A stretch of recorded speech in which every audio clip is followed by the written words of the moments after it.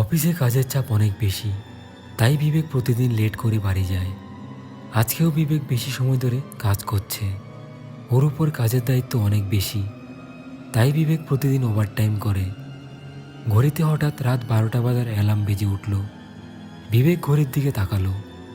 অনেক রাত হয়ে গেছে দেখে কাজ বন্ধ করে বাড়ির উদ্দেশ্যে বেরিয়ে পড়ল।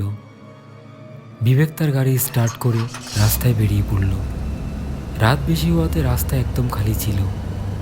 কিছু দূর যাওয়ার পর বিবেকের চোখের পাতা এক হয়ে আসছিল। ঘুম ঘুম চোখে গাড়ি চালাতে চালাতে হঠাৎ তার গাড়ির সামনে একটা মেয়েকে দেখে জোরে ব্রেক করে। কিন্তু বিবেকের ব্রেক করতে অনেক দেরি হয়ে যায়। বিবেক প্রচণ্ড ভয় পেয়ে যায়। আশেপাশে কাউকে দেখতে না পেয়ে বিবেক ভয়ে আস্তে আস্তে গাড়ি থেকে বের হয় এবং গাড়ির সামনে এসে দেখে একটি মেয়ে রক্তমাখা অবস্থায় রাস্তায় পড়ে আছে।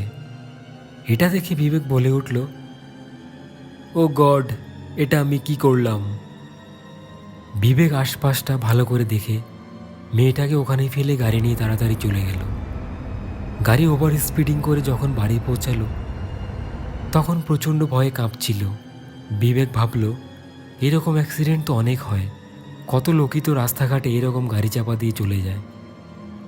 এসব দুশ্চিন্তা কাটানোর জন্য বিবেক ওয়াশরুমে গেল ফ্রেশ হতে।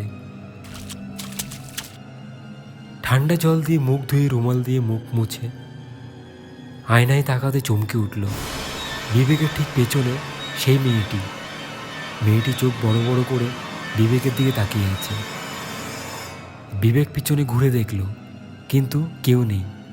বিবেক মনে মনে ভাবল, এতদিন রাত জেগে কাজ করাতে হ্যালোসিনেশন হচ্ছে। বিবেক গিয়ে বিছানায় শুয়ে পড়ল এবং ঘুমিয়ে পড়ল।